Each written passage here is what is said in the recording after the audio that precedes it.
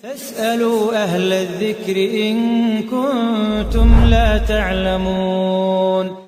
Ibrahim alaihissalam menjamu begitu, masuk langsung ke keluarganya, dan apa yang dia lakukan? Dia pun akhirnya menyembeli anak sapi gemuk. Ibrahim alaihissalam langsung menyembeli, langsung suruh istrinya masak. Setelah hidang langsung dihidangkan ke tamunya. Nggak tahu tamunya ini siapa. Dihidangkan makan dulu. Lalu pada saat dihidangkan, kata Ibrahim kepada mereka, silakan makan. Tapi mereka tidak mau makan. Karena itu Ibrahim merasa takut terhadap mereka. Dalam beberapa riwayat disebutkan, para malaikat pada saat mengarahkan tangannya ke makanan, itu tembus, nggak bisa makan. Gitu. Maka Ibrahim merasa takut. Tapi makna yang paling dekat adalah mereka menolak makan. Aneh, belum pernah ada orang dihidangkan makanan seenak ini lalu tidak mau. Kalau manusia, maka Allah mengatakan, masuklah rasa takut dalam diri Ibrahim. Maka mereka pun berkata, janganlah kau takut hai Ibrahim. Dalam ayat yang dikatakan, karena kami utusan Tuhanmu. Dan mereka memberikan berita gembira kepada Ibrahim tentang kelahiran seorang anak laki-laki yang bernama Ishak. Kemudian istrinya Ibrahim, maksudnya Sarah alaihissalam, datang memekik lalu menepuk wajahnya sendiri. Maksudnya biasanya tradisi orang Arab itu kalau perempuan kaget dia meletakkan kedua telapak tangan di pipinya seperti ini. Ini namanya memekik wajahnya gitu. Kalau antum baca terjemahan yang antum baca Al-Quran sekarang, itu di ayat 29-nya dikatakan, kemudian istrinya maksudnya Sarah alaihissalam memekik wajahnya lalu menepuk sambil kaget gitu ya. Berkata, aku adalah seorang wanita yang tua dan mandul. Bagaimana bisa hamil gitu? Maka para malaikat menjawab, demikianlah Tuhanmu memfirmankan, sesungguhnya dialah yang maha bijaksana lagi maha mengetahui. Begitulah keputusan Tuhanmu, gak bisa dibantai. Maka Sarah alaihissalam pun akhirnya hamil di umur itu. Tentu di sini ada kisah tersendiri ya. Pada saat Ibrahim alaihissalam bertemu dengan malaikat, sempat waktu Ibrahim sudah tahu ini malaikat, sempat Ibrahim alaihissalam berdialog. Lalu kalian mau kemana? Kami mau ke Lut. Untuk apa? Menyiksa kaumnya, gitu kan?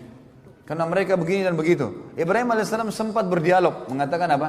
Tidak diberikan kesempatan kah? Tidak begini kah? Kesimpulan terakhir kata malaikat, hai Ibrahim, keputusan Tuhanmu tidak mungkin salah. Udah, pasti mereka akan dihancurin. Nanti teman-teman insya Allah, tolong didoakan. Mudah-mudahan saya lagi ngatur, lagi merancang, ikhtiar gitu kan, menyusun kisah 25 Nabi dan Rasul. Dan insya Allah akan kita sampaikan dari Adam sampai Nabi Muhammad SAW. Ringkas, bukan ringkas lah ya, secara global mudah-mudahan semampu saya mengumpulkan itu. Dan kita akan ambil pelajaran-pelajaran dari para Nabi-Nabi dan Rasul. Karena sekarang sirah Nabi Alhamdulillah sudah hampir sempurna. Dan serial sahabat sudah ada 15 serial sahabat yang saya sudah bahas. Dan kita targetnya 100 sahabat, tinggal serial para Nabi-Nabi yang insya Allah kita bisa ambil dari mereka. Pelajaran. Baik. Nanti akan ada kaum Nabi Lut dan kisah-kisah kaumnya, apa yang mereka lakukan, ayat-ayat semua berhubungan dengan masalah itu. Setelah Sarah alaihissalam melahirkan seorang anak yang bernama Ishak, Nabi Ibrahim alaihissalam akhirnya sekarang memiliki 2 orang anak. Ismail dari istri kedua Hajar, dan Ishak dari istri pertama Sarah alaihissalatu wassalam. Datang perintah Allah subhanahu wa ta'ala kepada Ibrahim alaihissalam pada saat itu untuk membawa istri keduanya Hajar bersama dengan anaknya Ismail ke sebuah lembah yang sangat jauh dari Palestina. Itulah Mekah. Waktu itu tidak ada manusia teman-teman, tidak ada manusia, nggak ada pohon, lembah. Jadi kalau kita lihat gambar aslinya, itu ada beberapa gambar diilustrasikan, digambarkan oleh para sejarawan yang ada di Mekah. Sekarang ada di beberapa museum diletakkan. Itu Ka'bah dulu berada pas di lereng gunung, di sebuah lembah. Jadi itu kalau hujan pasti banjir. Karena di sekitarnya itu ada 2 gunung besar. As-Suwaida dengan Abi Kubais, gunung yang sangat besar. Ini lembah tengah-tengah. Dan dulu tidak ada Ka'bah, nggak ada pohon, nggak ada kehidupan. Nanti kita akan bacakan ayatnya. Pada saat itu perintah Allah SWT mutlak kepada Ibrahim AS, bawa istrimu Hajar dengan Ismail ini ke wilayah tersebut. Dipandulah Ibrahim AS. Ibrahim AS berkata pada istrinya, siap-siaplah ikut dengan saya. Ikutlah Hajar. patuhan pada suaminya. Dan kita lihat nanti di sini bagi teman-teman yang berumah tangga, ambil ibrah dari para nabi-nabi ini. Luar biasa mereka dalam berumah tangga. Bagaimana suami patuhnya sama Allah, bagaimana istri patuh dengan suaminya pada hal yang membantu untuk mendukung perintah Allah itu, bukan pada kemaksiatan. Dan apa nanti yang didapatkan oleh Hajar karena dia patuh sama suaminya. Lihat bagaimana banyaknya pahala yang dia akan panen. Pergilah Hajar tanpa bertanya, subhanallah. Ini disebutkan dalam para ulama mengatakan adab istri begini. Suaminya bilang ikutlah, nggak pakai nanya, ikut duluan.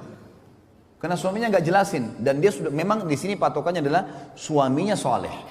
Karena Ibrahim AS Nabi.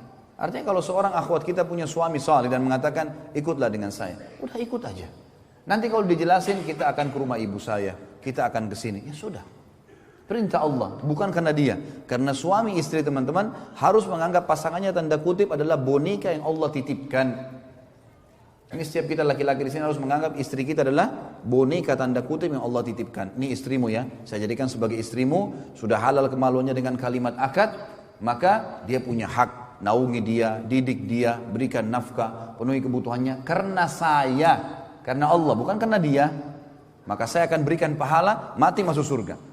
Di sana akhwat kita juga begitu. Ini suamimu ya, ini tanda kutip boneka yang saya titipin.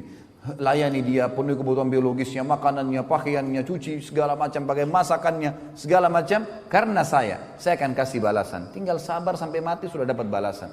Ini variabel-variabel hukum yang harus kita paham. Jadi kita berbuat baik pada mereka, anak kita, orang tua kita, semua ini Allah yang berikan hubungan variabel dan ada bentuk ketaatan kepadanya. Harus difahami. Hajar alaihissalam pergi. Dikatakan dalam sebuah athar, sepanjang jalan Hajar nggak pernah nanya mau kemana hai suamiku, nggak pernah nanya. Ibrahim AS istirahat, disiapin makannya, dilayani. Jauh, Palestina ke Mekah teman-teman dengan dengan kuda tercepat sebulan perjalanan. Kuda tercepat. Ibrahim AS dari Palestina ke Mekah waktu itu pakai unta. Lebih lama lagi. Tiba di lembah itu belum ada Ka'bah. Karena perlu kita tahu ya. Ka'bah ini teman-teman dibangun pertama oleh Adam alaihissalam bersama dengan anaknya Syith alaihissalam. Syith adalah anak Adam yang sangat saleh, terkenal. Tulisannya Shin Ya Tha, Syith. Ini orang saleh sekali dan dia bersama ayahnya membangun nanti tentu ada kisah dalam kisah Nabi-Nabi saya akan jelaskan insyaallah. Maka Syith ini membangun Ka'bah bersama ayahnya. Tapi pada saat terjadi banjir besarnya Nuh alaihissalam yang dikenal dengan kiamat kecil, habis semua termasuk Ka'bah bangunannya hancur. Karena semua bumi ini hancur, tenggelam dengan air, dari bumi dikeluarkan air, dari langit juga hujan air.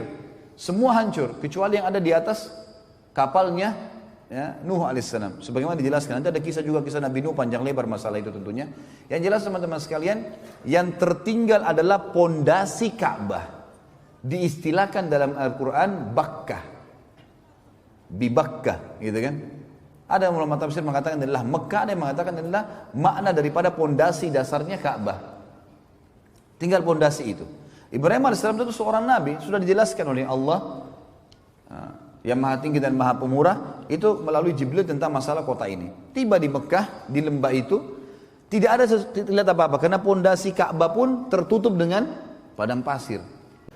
Begitu teman-teman, saya tutup dengan doa. Semoga Allah subhanahu wa ta'ala memudahkan segala urusan kita di dunia dan di akhirat. Dan semoga seluruh amal yang pernah kita kerjakan diterima olehnya.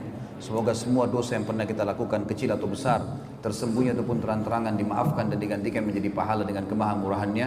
Dan semoga seluruh perbuatan kita ke depannya, sisa umur ini semua diberkahi, baik di keluarga kita, di harta kita, di ilmu, dan juga puncaknya kita akan dimasukkan ke dalam surga Firdausnya tanpa hisab.